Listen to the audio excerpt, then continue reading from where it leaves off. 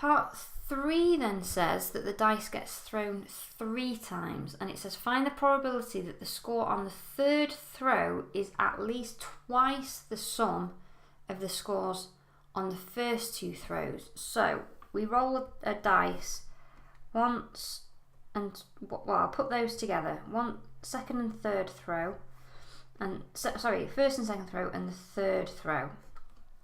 So the possible choices on the third throw are obviously 1, 2, 3, 4, 5 and 6.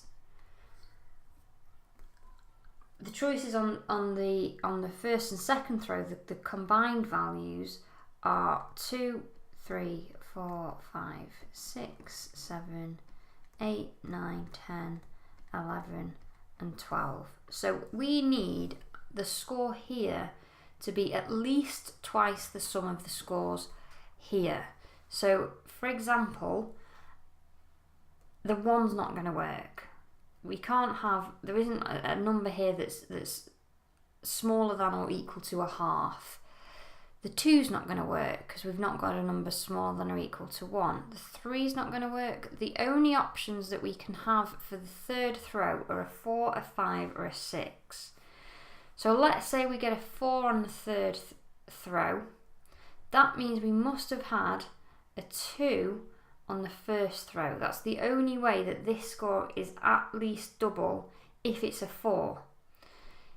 It could be a 5 because we can get a total of 2 on the first throw, and that 5 is at least double the score on the first and second throw combined. And we could get a 6 on the third throw with a 2 on the second throw. And we finally could also get a 6 on the third throw with a 3 combined for the first and second throw. So those are our 4 options, of the ways that we fit this criteria. So then we've got to work out the probabilities of getting these things. If we go back to the sample space that we had earlier, you should know that there are 36 possible outcomes. And the only way to score a 2 is this double is not there. It's this double 1 here. And so there's only 1 out of 36 ways of getting a 2 from 2 dice. And there are 2 ways of getting a 3 combined with two dice. So that's good. We're going to need that for answering the rest of this question. So let's look at the probability of getting a 2 combined on the first and second throw, followed by a single 4 on the third throw. So the probability of getting that is going to be, well, as we've just said, it's 1 in 36. We've got a 1 in 36 chance of getting a 2 combined on the first and second throw. We've then got a 1 in 6 chance of rolling the dice one more time and getting a 4. So that's 1 over 216. That's going to be the same as getting a 2 on the first and second throw combined, and then a 5. So that's also going to be 1 in 216. And the same for the 2 and the 6, the other option here.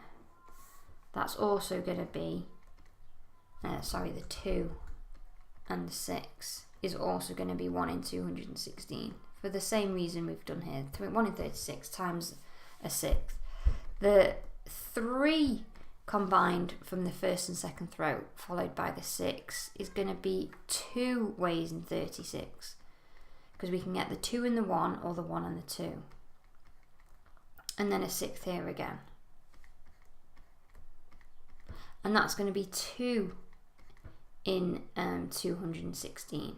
So these are all the probabilities that we've got. We then finally just need to add those together to get the total probability, and hopefully you can see fairly easily that that's 5 in 216.